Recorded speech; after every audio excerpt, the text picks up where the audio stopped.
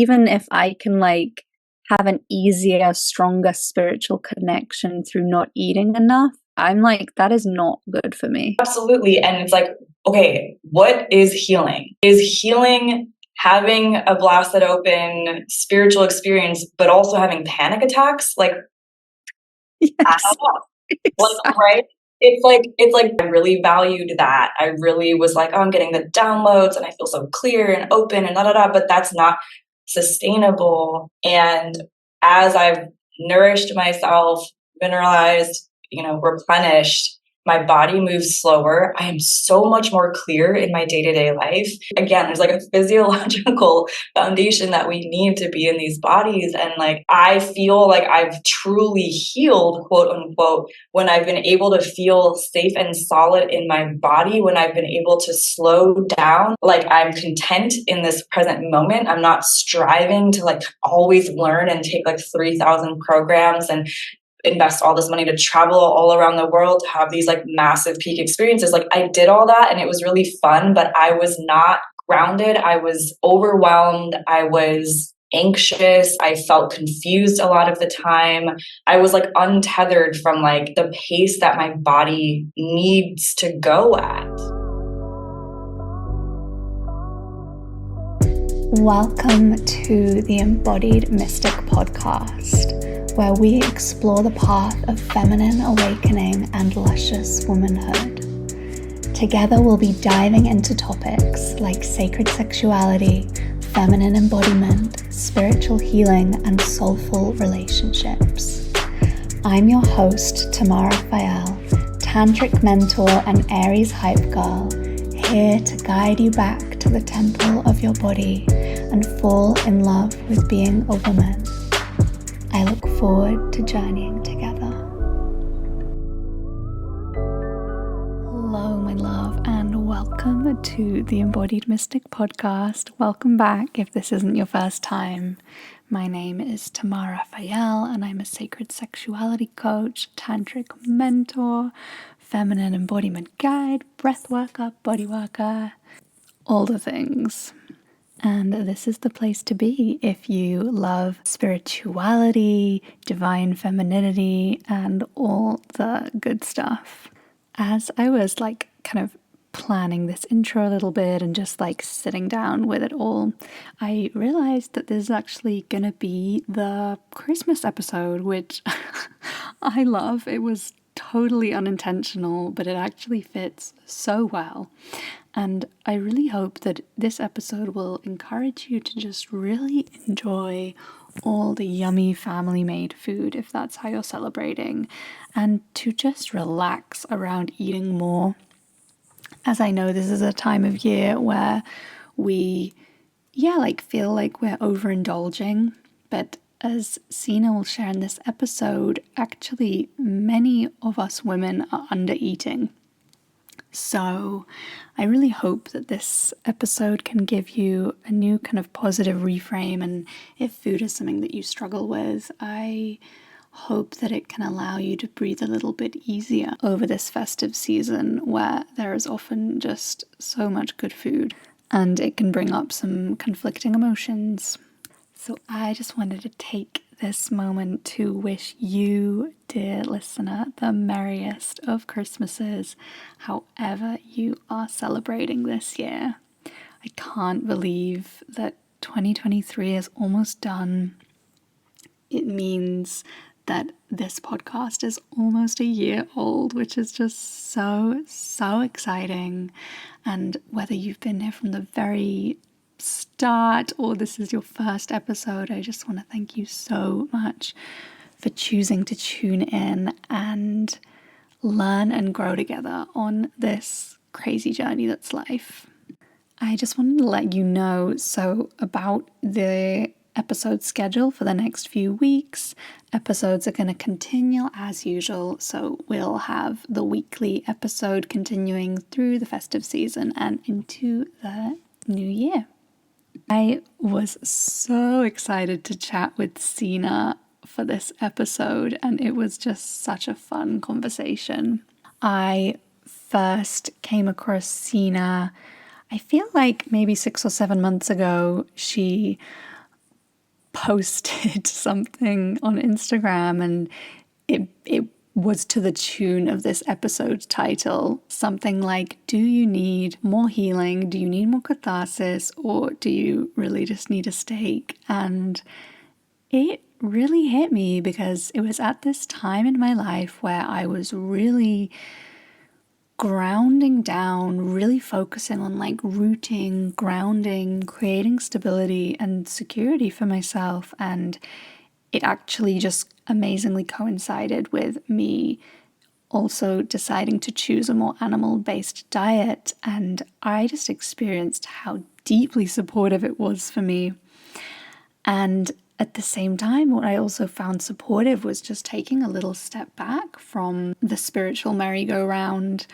I say it with a lot of love, you know, but I used to live in Ubud in Bali, which is really like such a spiritual hotspot. And I've lived in a few different spiritual communities like this. And while these places are so amazing for really diving into all these different modalities and really kind of exploring on our spiritual journey and having community around us, it can also be really overwhelming.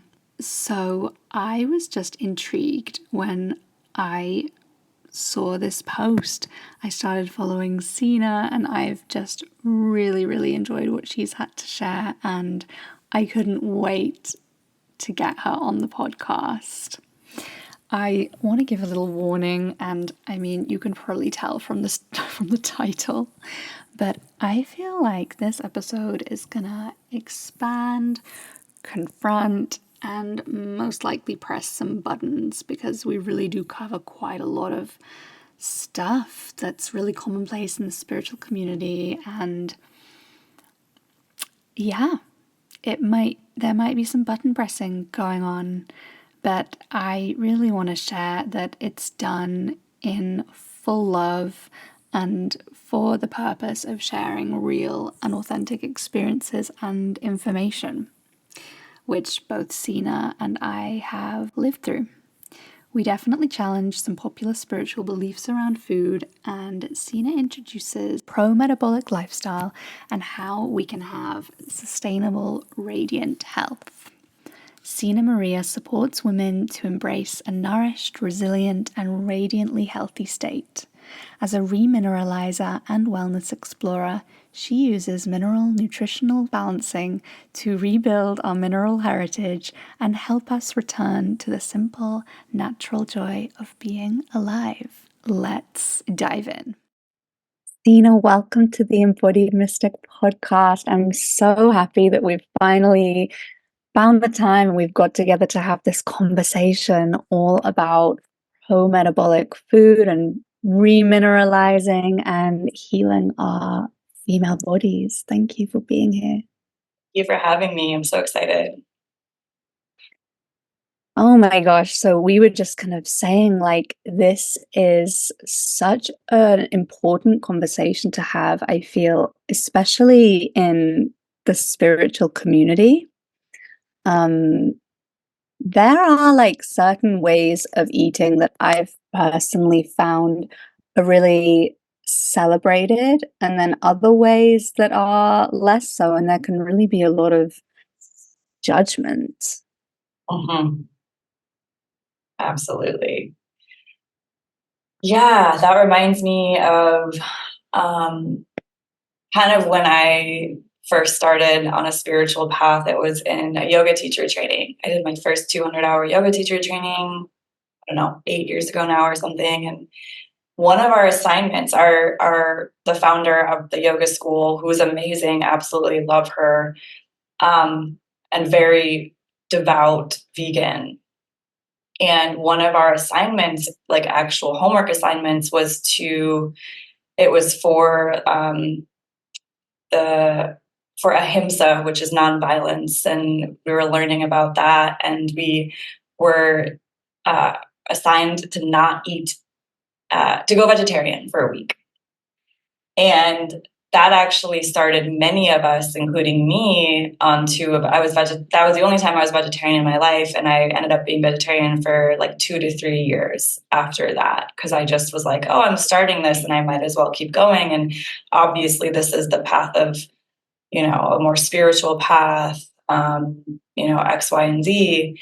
And, I think there are roots to these practices, and especially from more of like a religious or spiritual perspective. But what I think is lost in the modern society that we live in is that we are generations deep of mineral deficiencies, and we are much more toxic now. And I would argue that we're kind of more fragile, like on a physiological level. We are less resilient and robust than our ancestors thousands of years ago, where, where people needed to fast for survival. It wasn't like a intermittent fasting practice. It was like people just didn't go back to food. So yeah, I think that's just kind of, I think that's a really important foundation to this conversation, is that like these practices, whether it's like vegetarianism or plant-based diets or plant medicines or all these like different kind of routes of healing in more like spiritual circles, we're not operating from the same foundation on a physical level these days. And I think that's where the miss is. Yeah, and something else that like has kind of come into my consciousness as I've been on this journey as well of figuring out like how do I want to eat. And I'll just say like health has always been one of the most important things for me. And not because I was ever sick. Like I have never been like chronically unwell, but I've just always felt like it's the most valuable thing I have. It's like my health and my inner world and my relationships. I've always just felt like these are the most important things in my life. And something that like kind of came up for me on this whole journey is like, if we're following a yogic path, we have to bear in mind that like, if we're not in India, these same recommendations, like they're not necessarily relevant for us. If we didn't grow up eating Indian food and like an Ayurvedic style kind of diet, like those recommendations are there because that was what was available for these people at the time. Right. And the nutrient density of the food in like ancient times was so much higher. And, like even in Ayurveda, at least from what I like recall, I haven't really tuned into that in a while, but I did like a lot of Ayurvedic diets in the past. And, they like the cow is revered. I'm sure they were drinking raw cow milk and making like all the dank, like raw dairy stuff. Right. Like, and like, so it's like, we're applying this ancient thing where like, maybe, if people drank raw cow milk from a cow that was, pastured on super healthy, never sprayed with pesticides, grass with like, there's so much that we've lost. Like just in the density of our soils as far as nutrients go.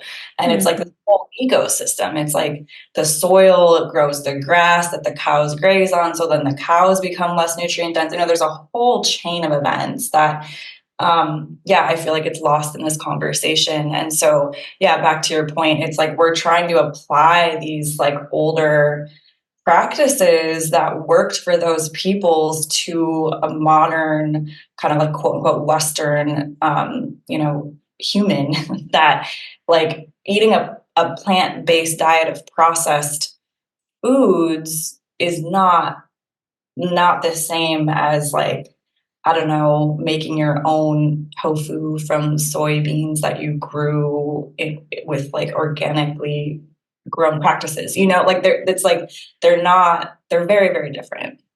Mm-hmm. Mm-hmm.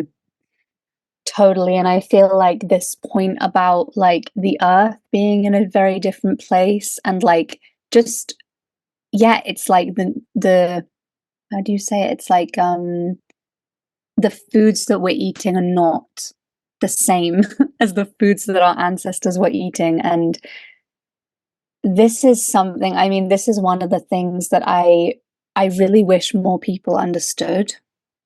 And the reason that I have a little bit of understanding is because I studied permaculture and organic farming. And I learned, about what's happening to the seeds. Like, for example, we've lost so much of the diversity of all these different fruits and vegetables because the food that we're eating is like selectively bred, just like the animals, for certain qualities that they have. And so we have lost so much like diversity, plant diversity, and all these different things that we're eating. It's like we're getting like 1% of the variety that used to exist, or even less, you Yeah. know? And so different seeds are being prioritized. And that means that we're literally not only do we not access them now, but we're losing access to them forever. Mm-hmm. Yeah. So this whole conversation, it's like it's a puzzle piece in a much bigger thing that's about the earth, Yeah. the earth and the agricultural situation right now. But yeah, I feel like, this approach to eating is so different. And Sena, I'd love to actually invite you to share a little bit about what's your approach? Like, what do you believe in? What's kind of like, what are the protocols that have worked for you and that you share with your clients? Because I think there are potentially many people listening who don't know. Yeah, absolutely. I actually want to say one more thing on the earth piece because it's just so Yeah. so I am originally from Minnesota and I have been living in California for the last 13 years in Northern California. And I wasn't homesteading, but it was a very rural lifestyle. Like we had a big compost bin and there was gardens and yeah, just very like much more kind of attuned to nature. And I just moved back to Minnesota and I live in a city now. So it's been a huge adjustment and I've been, trying to figure things out. And one thing that I have absolutely refuse to do, but it's so normal in cities, is throw my food scraps into my garbage can. I will absolutely not do that. And so I actually did research and I found that thankfully my city is like more progressive in certain ways and they have a food scraps like drop off. So I can actually like compost my food. But like the reason I bring this up though is because there is an ecosystem that we are a part of talking about farming and agriculture. And one of the reasons that our soils are losing nutrients is because we don't have a closed system. So in the past, like our waste, like our manure, our poop would go back to the soil. And obviously that's like, we have too many people and that's a whole conversation in itself. But like, that's one way that nutrients are not going back to where they grew from. And then our food scraps, like that's minerals and nutrients and vitamins that we're not putting back in the soil that it's grown from. And so I just had this like kind of awakening moment of like, oh my God, there are so many cities and like people are just throwing their food into the landfill and it's not going, like, it's just blowing my mind. Anyways, so I just needed to say that because it's like, It's so important. There's so yeah, much waste. not just like, oh yeah, we're monocropping and we have bad agricultural practices. It's like we all collectively are not participating in this closed system. And the more that, even if you have just a little garden, like a little flower garden, and you just get your little compost bin and sprinkle the food out, it doesn't have to be a huge operation. And I mean, we're all doing the best we can. I know if you live in an apartment, it's a whole other story, but like, anyways, just food for thought, for people to like kind of think about. Okay, thanks for letting me share that. Of course. Yeah, my food approach. I mean, I'll just say like kind of my history is I grew up I was a very picky eater from a young, like from being a baby. I don't know really why, but I know I just was pretty malnourished. Like not because my parents didn't like feed me well, but I grew up on relatively standard American diet, like more processed foods, was really into fast food in like junior high and high school. And yeah, it really wasn't until the last couple of years. So I'm 35 now. Oh, sorry. It really wasn't for the last couple of years that I like learned how to actually nourish my body.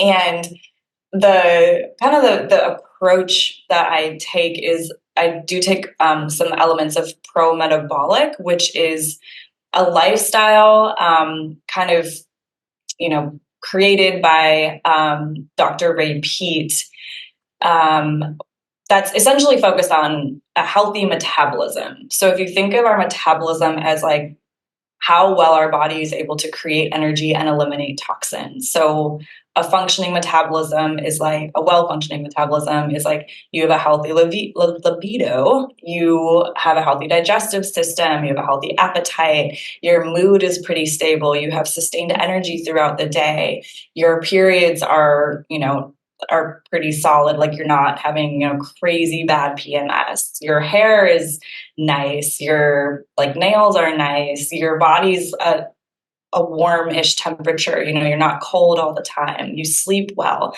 It's basically like what we all strive for, a well-functioning, balanced, human, but it's focused on kind of like the physiological lens.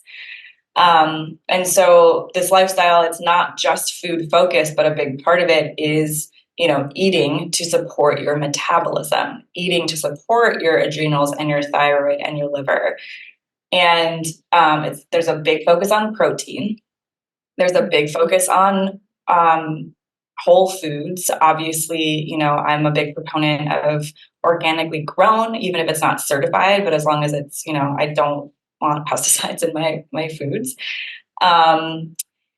It's more, I also bring in some Weston A. Price approaches, which is a really amazing organization that focuses on more ancestral based diets. So, like a resource for anyone is Nourishing Traditions Cookbook by Sally Fallon.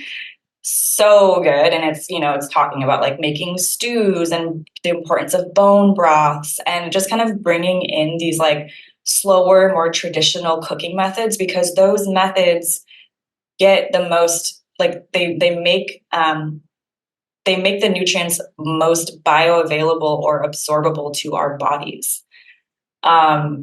Of course, I have an Instant Pot. Like, I know that there's things we do for convenience, but that slower, like 24, 48-hour bone broth is going to have, like, it's got more juice. It's like, think about like grandma's cooking or great grandma's cooking. It's like, why did that taste so good? And it's like, they put love into it. They put energy into it. It wasn't just like a packet from the store.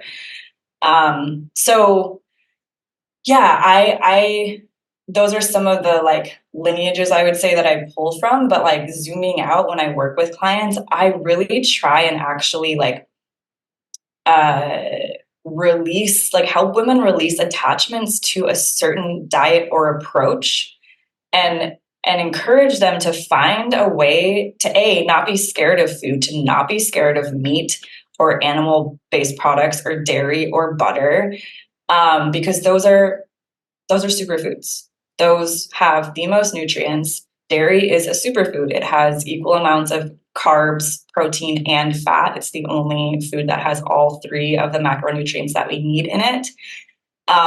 Obviously, quality matters here, but I'm kind of here to be like, okay, if what breakfast like makes you excited? Do you want like bacon and eggs and hash browns? Make that with good ingredients and enjoy it. Like, women do not eat enough collectively. We do not eat enough protein. Reach. Like, I mean, it's bananas. If you start tracking how much you eat, like, you're going to be like, holy shit. Like, I recommend women aim for 100 grams of protein a day. Not one woman I've worked with really does that unless they've been like committed to doing that, from their, yeah. I mean, I could go on, but like, I basically want it to be, I want our approach to food to be like yummy and sustainable. Like restrictive diets don't work. I think we all know that. There's a reason that we crave butter. There's a reason that we love things like butter. And like, what if we could just trust our body's wisdom in that and be like, maybe there's good things in there for our bodies. Like, could just be maybe, that's all our ancestors used to cook back in the day, like butter and tallow and lard, like that's all they had. So how could that be so bad for us? So yeah. Well, there was this whole like campaign, I think it was in the 90s, or no, maybe it was in the 80s. There was this whole thing around butter and saturated fats. And I mean, people became really afraid of cooking with butter and having butter. Yeah, because I really need to look this up, but one of the presidents in like the 50s or 60s had a heart attack. And Americans didn't have, like, heart attacks were very rare before that time. Like, heart attacks are a newer, more modern illness issue. And yeah, basically when this president had a heart attack, there was this whole campaign about cholesterol, saturated fats. And, that's our parents' generation. Our moms grew up in like low fat, low calories, blah, blah, blah. Margarine's better than butter, canola oil is great, like all these kind of distortions. And I feel like we're having to unlearn and relearn and kind of, like wade through those kind of like, they're like myths to me, like the whole saturated fat cholesterol, that's literally just not true. It's like, it's not. Wow. Oh my gosh, there's like so much to say about all of it. I love butter, and I mean, I'm fully into this kind of way of eating, I have to say. Like, I'm all about it. I've been loving it. But something that I noticed, like when I kind of started shifting my approach, and there was another woman who actually spoke about this. I'm trying to remember her name, Corey Melloy. Yeah.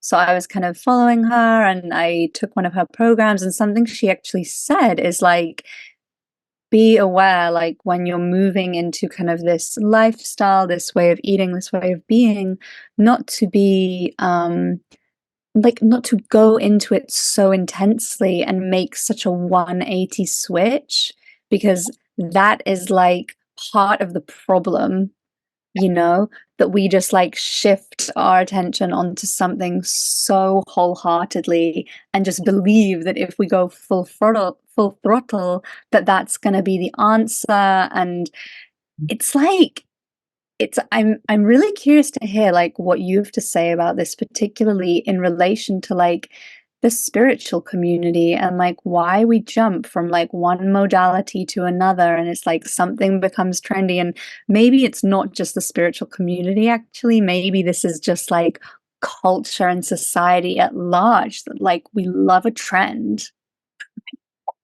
Love a trend. We love a trend. So many places I could go with this. I think, I think we deep down, we know that this like modern society kind of approach it's not really fulfilling like all the things that we need as humans. We've lost connection with the earth and with community and ceremony and, kind of these like things that we know in our DNA, but many of us don't have that in our lives. And so I think, at least my experience, when I kind of opened into the spiritual community, got into yoga, got into ecstatic dance, got into plant medicine, got into like all these things, it was the first time I had those experiences of feeling like I'm part of something. I have, a group, I have a community, and we're like doing this quote unquote healing thing together. And we're better than everyone else. And then we're the chosen ones. Not me. Yes. Okay. So, yeah. So, and then what I think the fun part about our modern society and like, you know, kind of our like productivity focus and all these things ingrained in us from going to school and getting jobs and like the whole modern capitalistic path is that we value success and achievement. And so that gets applied to our self-development endeavors, that gets applied to our healing journey. And so and then we're also, a lot of us, you know, more is better, like faster is better, stronger is better. And so that turns into someone that's like, I had a really intense ayahuasca experience and I need to do more of that because I have more healing to do.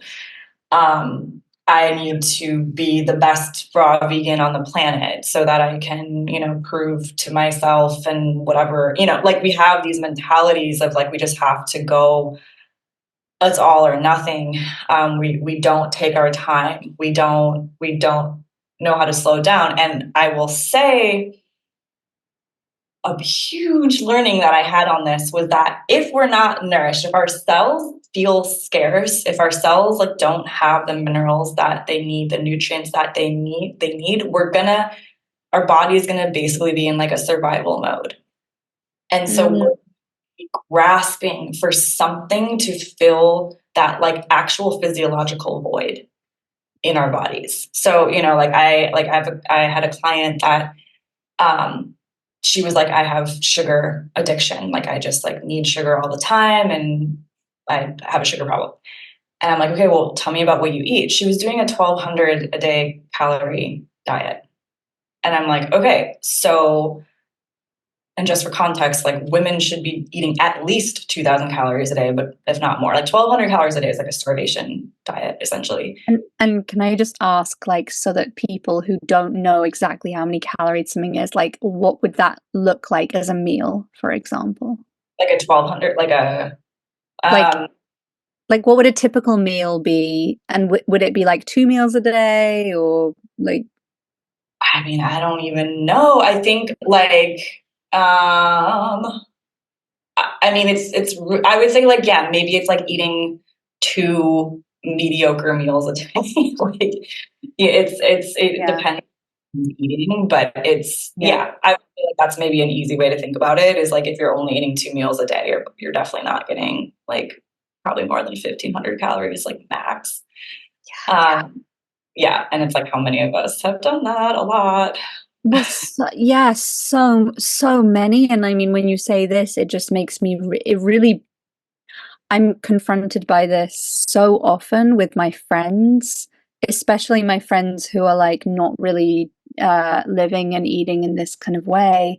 It's almost like not eating enough is like glamorized, or like it's almost like surviving and being fine on less is like, yeah, I don't know how to say it. It's like glamorized. It's just like, no, I want to eat light. I want to feel light. And I just, yeah, I don't know. It's not for me anymore. I want to feel connected to spirit. That's a big one. Like I feel like my channel is more accessible or clear when I'm only doing like raw or like plant-based, or I'm not eating very much.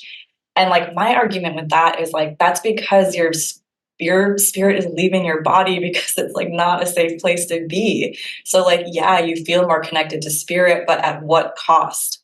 And like, what is this beautiful soul that you chose to incarnate in this time on this planet, and what's happening to that vessel, and what's going to happen to that vessel in 10, 20, 30 years? Like if you're not nourishing yourself now. I have to say, like, as a spiritual practitioner, it's funny because I've given this a lot of thought, and there actually is some merit to this thing of like, yeah, I feel more connected to spirit. And it's like, yeah, I feel like short term, potentially doing like a vegetarian or even a vegan, even raw, doing it short term, like while you're in an experience to kind of like, it's like lighten how much your body needs to digest, like that does serve a purpose for an amount of time. But what I found, like I first went raw because I was doing a breathwork training and they actually recommended it. So I like went into it like fairly slowly. I tried to start like 2 weeks before. And I can say like I was blasted open. Like I'm very vata. Like if you're familiar with Ayurveda, and if not, it's like just very airy. Like being grounded is not my strong point. So I was like blasted open. But then also like really not with it. And I felt so fragile, like you said, in my body, and actually really prone to like panic attacks and anxiety. And like, I just know now for me, even if I can like have an easier, stronger spiritual connection through not eating enough, I'm like, that is not good for me. Absolutely. And it's like, okay, what is healing? Is healing having a blasted open spiritual experience, but also having panic attacks? Like, I Yes, don't know. Like, exactly. right? Like that. It's like, to me, as I really valued that. I really was like, oh, I'm getting the downloads and I feel so clear and open and da da da, but that's not sustainable. And as I've nourished myself, mineralized, replenished, my body moves slower. I am so much more clear in my day-to-day life. Like what you said of like, I don't remember how you said it, but you were like, you just weren't with it, like if there's like the classic like spiritual person that can't like do daily tasks, can't deal with the bureaucracy of our silly society, like, which I've been there, but it's like that's because we don't have like the like neurotransmitters don't have the brain power to like function. It's not like, it's like there's again there's like a physiological foundation that we need to be in these bodies, and like that I feel like I've truly healed, quote unquote, when I've been able to feel safe and solid in my body, when I've been able to slow down, feel like self, like my center is my like self orientation. Like I'm content in this present moment. I'm not striving to like always learn and take like 3,000 programs and invest all this money to travel all around the world to have these like massive peak experiences. Like I did all that and it was really fun, but I was not grounded. I was overwhelmed. I was anxious. I felt confused a lot of the time. I was like untethered from like the pace that my body needs to go at, especially Yeah. as women, especially as women. Yeah. Honestly, like just everything you said and like your experience of like traveling all over the world and having these peak experiences, doing a million trainings, like that is like completely the same for me, completely the same. And there's a part of me that looks back and thinks like, oh my god, I was like living life, it was so amazing, it was so epic. But actually the truth is exactly like you said, I was anxious, I was like not grounded, and it took such a toll on my being. And I feel like this is such an important point because a lot of the people in my audience are also wanting to feel more embodied. They're wanting to feel more in their body, and especially to like access their pleasure, like that's a big part of the work that I'm doing.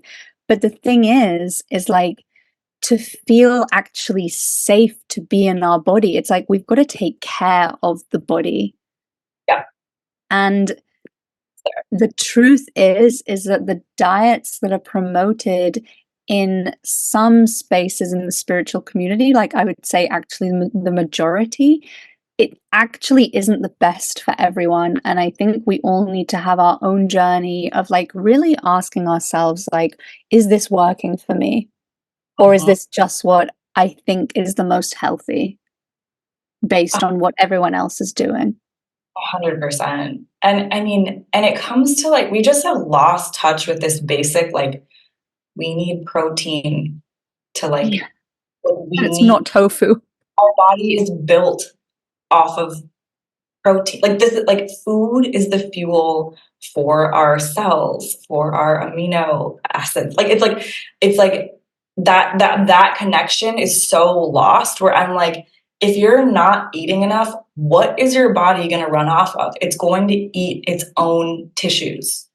Yeah. Like there's like a very, very basic, simple understanding of nourishment that we've just lost, you know, and I see it like my grandma, for example. So I'm half Mexican. My grandma is Mexican. And it was so fascinating. For all of my life, she's always just like commented, she's like, oh, you're so skinny.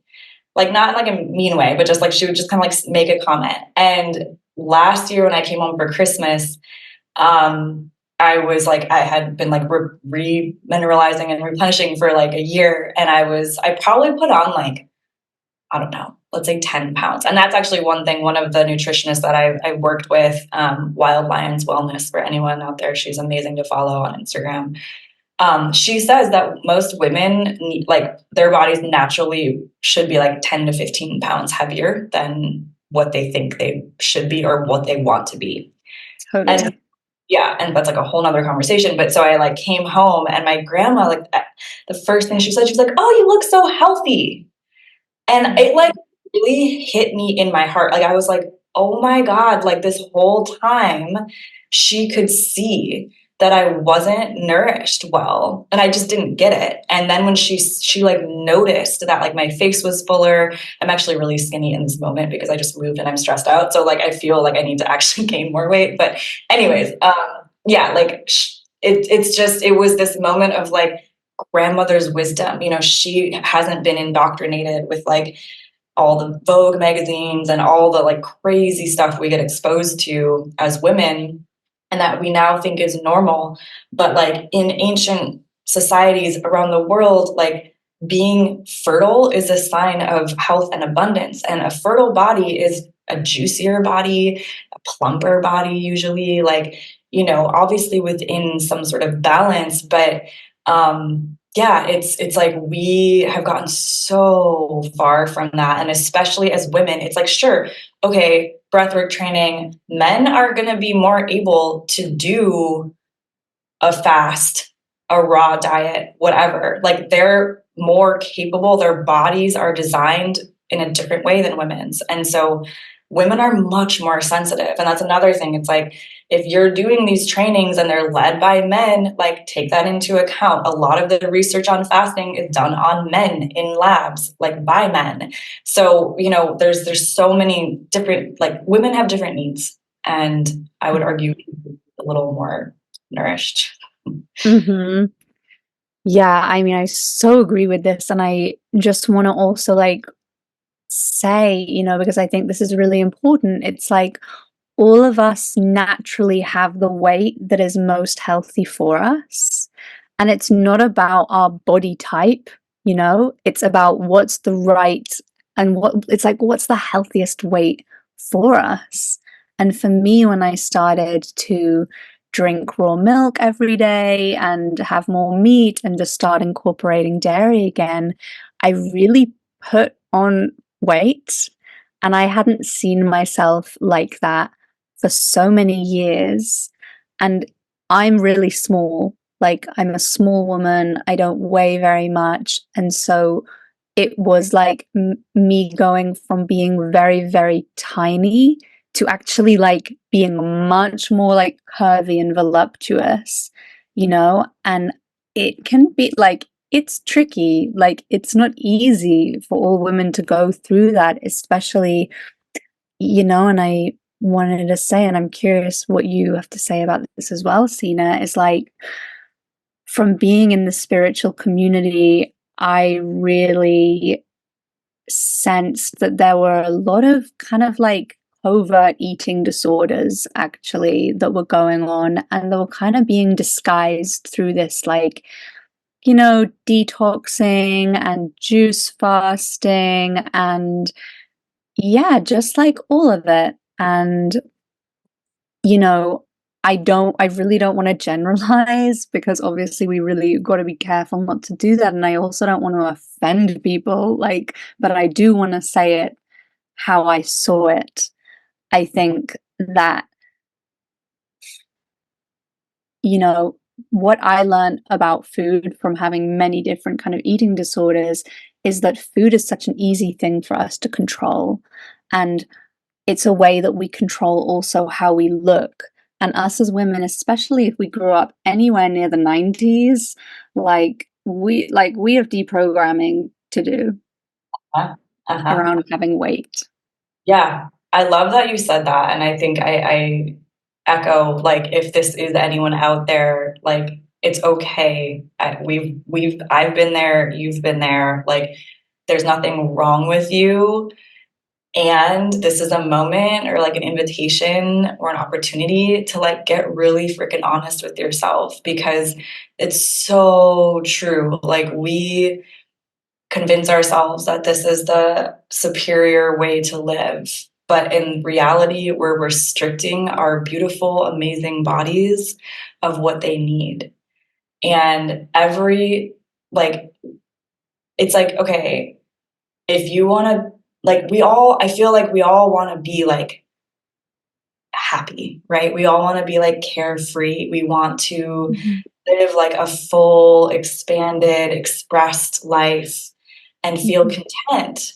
And that energy, like, as soon as I started to actually enjoy cooking and feel really nourished, like when I take a sip of bone broth that I made for myself, I'm like, damn, like that hits different than like even a store-bought bone broth. Like, it's like slowing down and taking the time to nourish ourselves is where that contentment comes from. And it doesn't come from like it comes from finding pleasure and joy in our food. Like, food is what has brought communities and fueled communities for all of human time, celebrations, just like dinner with family, like it all centers around food because it's so critical for us. And I think that's kind of like that's my prayer, is that women can find that pleasure and joy in food, in cooking food, in providing nourishing food for their family, because that's like that first bite of like a homemade cookie or something like that, like, that like yummy, like expressed, like it's like that's pleasure. And if you can find that in food, like then you can find that in other areas of your life. And that's something too, I just wanted to like tie this in at some point, was like my like capacity for pleasure and just like my connection with my sexuality and my libido and all of it is like amazing since I started nourishing myself. Like, I had no idea what I was missing out on. And it comes down to just like very basic stuff. Like, our liver and thyroid needs fuel. It needs glucose. It needs protein. It needs like fat. We're not going to be able to create like lubricative fluid, like if we don't have the building blocks for it. If our body is contracted and starving, like, we're not going to be juicy in the bedroom, It's like, totally. Oh. Yeah, and this is another thing that I find so fascinating, is like, I remember once seeing something by a woman who is completely raw about periods, and she actually said, like, it's not healthy to have our period every month. And like, it's wild. It's so wild. But I think a lot of women like have heard a similar thing. And she was saying something like, the more you cleanse yourself and like the higher vibration you are, like your periods will get lighter and lighter and they won't hurt at all. And so it's basically like completely it's completely idealized, first of all. And I just want to say, like, I'm very connected to my womb and my cycle and my yoni. It's like a very big part of my work.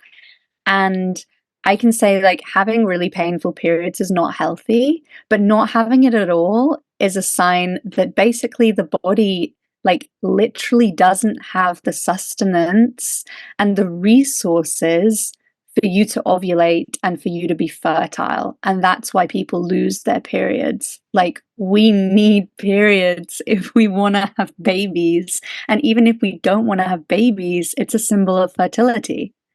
But it's just like the fact that like that information was even out there, and it was like, honey, no, like you're starving yourself and your body has lost the ability to, like, you're not ovulating, and that's why you're not bleeding, and this is not healthy and not something for us to aspire to at all. No. And what I hear from that is like, it's like, let's starve ourselves and cleanse ourselves out of our femininity. Like, women are already in modern society, like women are, we are operating in a masculine approach. And what happens if we're not eating enough food, our adrenals kick on. So if we wake up, don't eat breakfast, drink coffee, whatever we do, we don't eat till noon, like our adrenals kick on. So stress hormones kick on. We're in fight or flight mode. And when we're in fight or flight mode, we're in survival mode. So we're going to be like, get shit done. It feels good. That's the tough thing about this, is that it's good to run on stress hormones. You feel high, you feel on it, and you're going to be more like in your masculine. We need to like slowing down and like taking the time to cook like a stew, and I don't know, doing feminine things, whatever that means to you, which is essentially being in touch with your body and like loving your body and nourishing your body. Like, that is a lost art, I feel like. And when I hear things like, or, like I hear what you're saying about like, like glamorizing losing your menses, or women getting hysterectomies because like they have some issues, they have endometriosis, or they have certain things, that, not to downplay those issues, but like the fact that actually like people are opting into hysterectomies at like 30 because they just like don't want to deal, or they don't have good options and doctors are recommending this and they're listening to that. Like, that is an attack on women, like womanhood. That is, can you imagine a society where women don't have their periods, they don't have their whole like womb system? like what that to me feels kind of like robotic. That feels, that I don't feel like the pulse of like mother in that reality. And so, hearing like this woman that's glamorizing losing your period, it's like, that's glamorizing a more masculine approach. That's glamorizing like, yeah, I don't have to deal with the like primal blood of, I don't have to deal with cutting up a chopping chicken. I know it's hard, especially if you're a vegan, it's hard to like start cooking meat. It's hard to, I mean, even like for me, I was kind of in the community of people that like butcher animals, and I would like witness that, and it's intense. But it's like, that is the level of like involvement with life that we are animals. We are like these primal creatures. We don't need to be scared of touching chicken feet. We don't need to be scared of bleeding.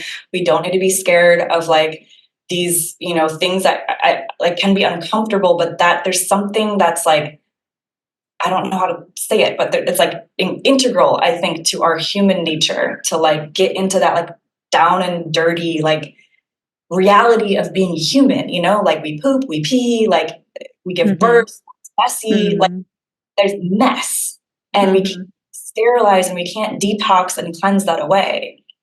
It's primal, right? It's primal. And I feel like there is so much of this kind of like, I don't know, it's like almost like puritanical vibes that come into it. And the thing is about this woman was that actually she was all like divine feminine, like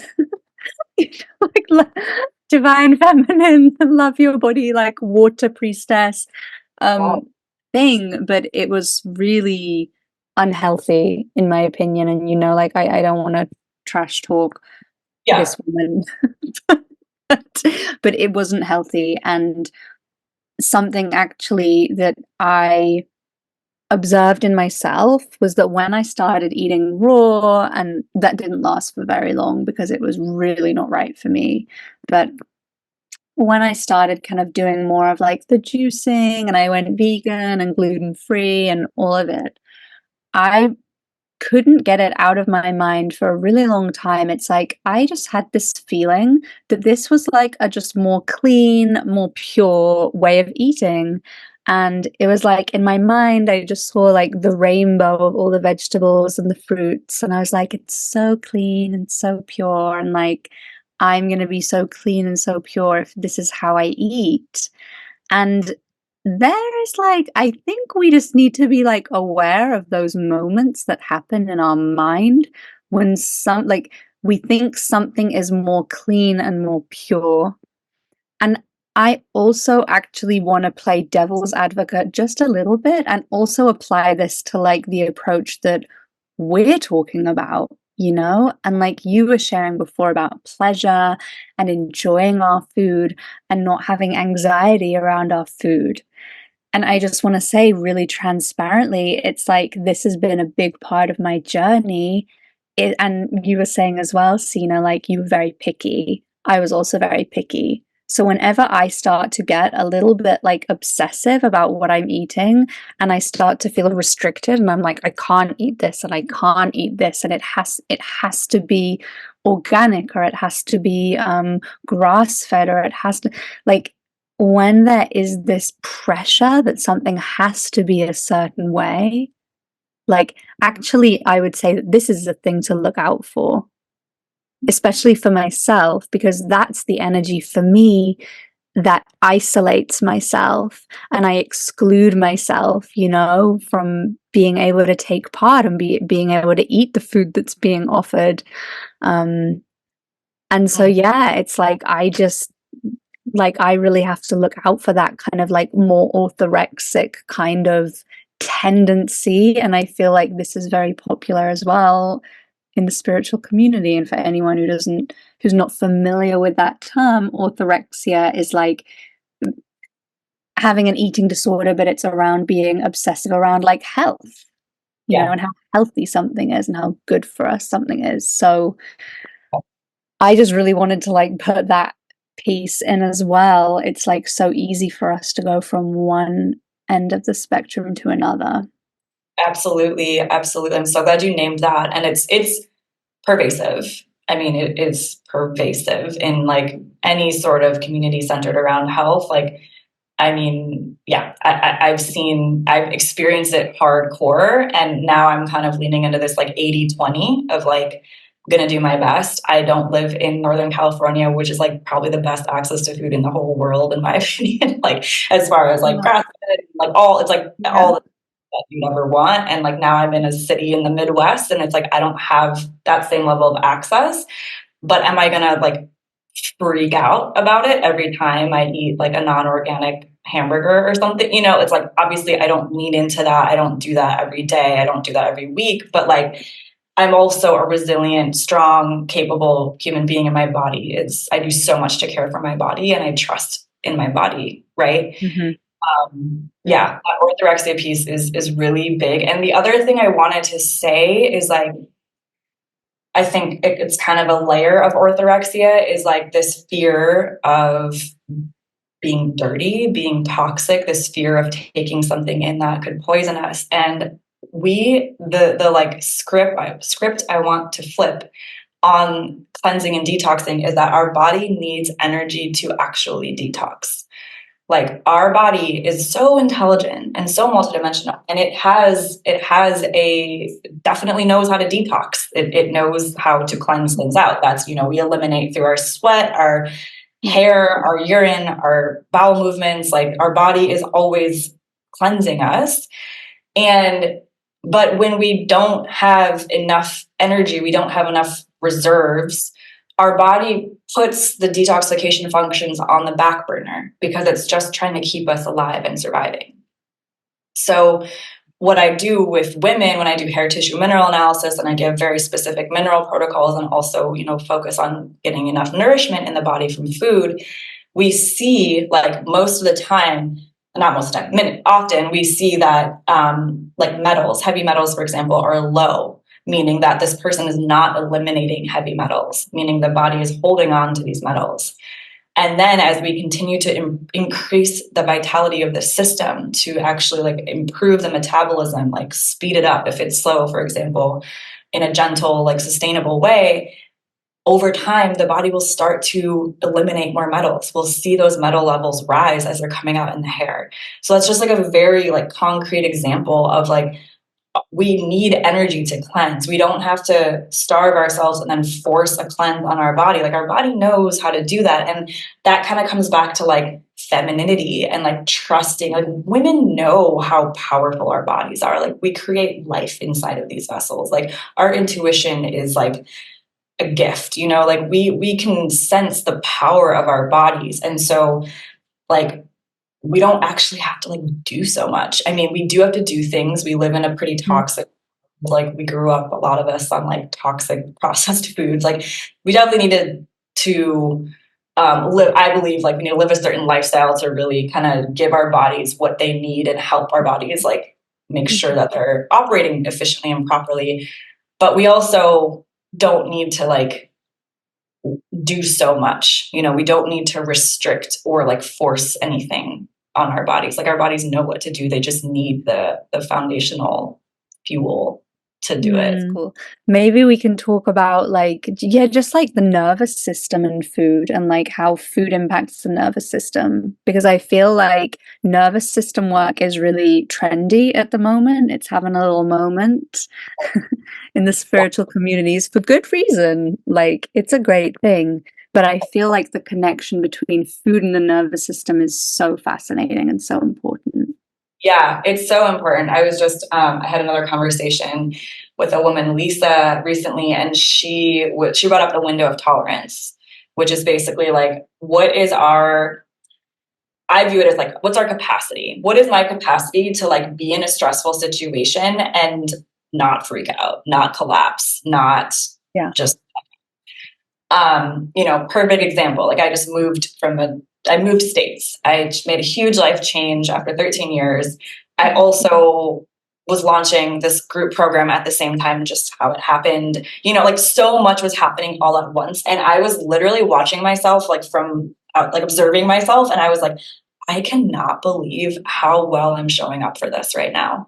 Like I have not collapsed. I've not disassociated in a huge way. You know, like I could just compare myself to past me, like 5 years ago, I probably wouldn't have done this. Like I would have been a mess. I wouldn't have had the capacity to think through how to move, to have the courage to show up to move, to ask people for help. I mean, and then like the emotional processing that goes along with it.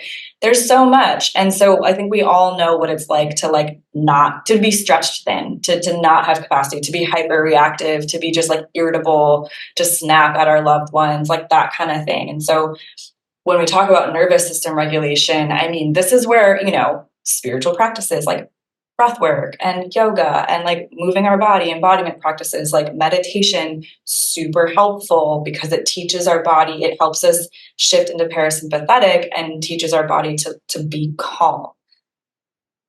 And if we are operating in a sympathetic dominant nervous system, if our body is in a state of fight or flight on a physiological level, like, yeah, meditation will be helpful, but it's not gonna shift your body's operating system out of that base level way of operating, if that makes sense. It's like that's kind of like putting a band-aid on a problem where it's like, okay, it might like help you get through the day, but there's gonna be this underlying like fight or flight alarm reaction, you know, anxiety, or like overwhelm or confusion or spaciness, you know, like that's going to be there until we can give the cells what they need so they feel nourished. And that's the other thing too, is like minerals are so they're so related to emotional states. So like if we don't have enough, if we have a magnesium deficiency, we might have more of a tendency to withdraw from the world. If we have really low potassium, we will likely experience a lot of fear. if we're losing a lot of calcium from our bones and teeth, like where it needs to be, if we're losing a lot of calcium and it's calcifying in other places of our body, we're going to feel rigid and defensive and like inflexible. So it's like, again, like we can loop in this like spiritual healing land, but is it really getting into the root of the issue? Totally. Yeah, this is so powerful, and it's actually it's so congruent with my experience of it, which is like I've done a lot of work and a lot of different modalities and trained in a lot of different things. And yet, even though it was all super important work and work that I still teach, it couldn't get me all the way there, because it was almost like my body literally didn't have the nourishment and the stability that it needed. And when I started to give my body that, I became so much more grounded and stable. And I was able to make much more grounded and stable decisions for myself. And it was actually shifting my diet to include more of these kind of dense, heavy foods like animal products, meat, cooking with butter, drinking my raw milk every day, having yogurt. It was really this played such a big part in me feeling grounded enough even to like run this podcast for a year. You know, it's like committing to that. It requires sustenance. Yeah. Being able to show up. I mean, that's how I feel about the group program I just launched. Like when I look at the website, I'm like, this is what I've always like known I could create, but just didn't have the capacity to do it before. But like it felt easy. It was like, oh, I got the idea. It just happened. I invested in the right things to get the right, like it just became so much easier. Like things become, it's like a fog is lifted, you know, it's like a layer of like fog is removed from your eyes, and everything, it just, yeah, it's like how we're supposed to operate, you know? Totally. And I still, it's like, it's interesting to me just to observe, like, I think this is something that you recommend too, but like something that I've been really following from this lifestyle and like really enjoying is having like a big, savory, protein rich breakfast. I love it, but I cannot tell you like the amount of people who've just been like, whoa, like you're eating a lot. Or like my mom, I'm living with my parents at the moment, and my mom is like, you're not allowed to do a production for breakfast. Like, no having like dinner for breakfast. Because she just doesn't really understand it, you know? It's like a muesli vibe for her, you know? It's like the porridge. And I'm like, I'm not doing that anymore. But people really don't understand, has been my experience, and also like have something to say. And it's interesting how like, a lot of us have something to say about the way that other people are eating. And, you know, just like we've had something to say about how we were eating, you know, and I just want to make that clear that it's like everything that I've shared, and the reason that I wanted to bring you on, Sena, to talk about this is because of my personal experience and how amazing it's been for me. And I wasn't someone who was sick, like I've said, but it still has made a really huge difference. And yeah, I really love this work. So thank you so much, Sena. It's been such a pleasure. Yeah, I'm so happy for you. I'm so glad that you found this path and that you're feeling, yeah, all the benefits and like able to share. And that's the beautiful thing. It's like then we're really resourced to share and to commit to our own work and share that with others and be of service, which is like the ultimate goal, right? I agree. I agree. So on that topic, how can people work with you? Where can people find you? We'll put everything in the show notes, but yeah, I know you have a really beautiful program that's opening soon.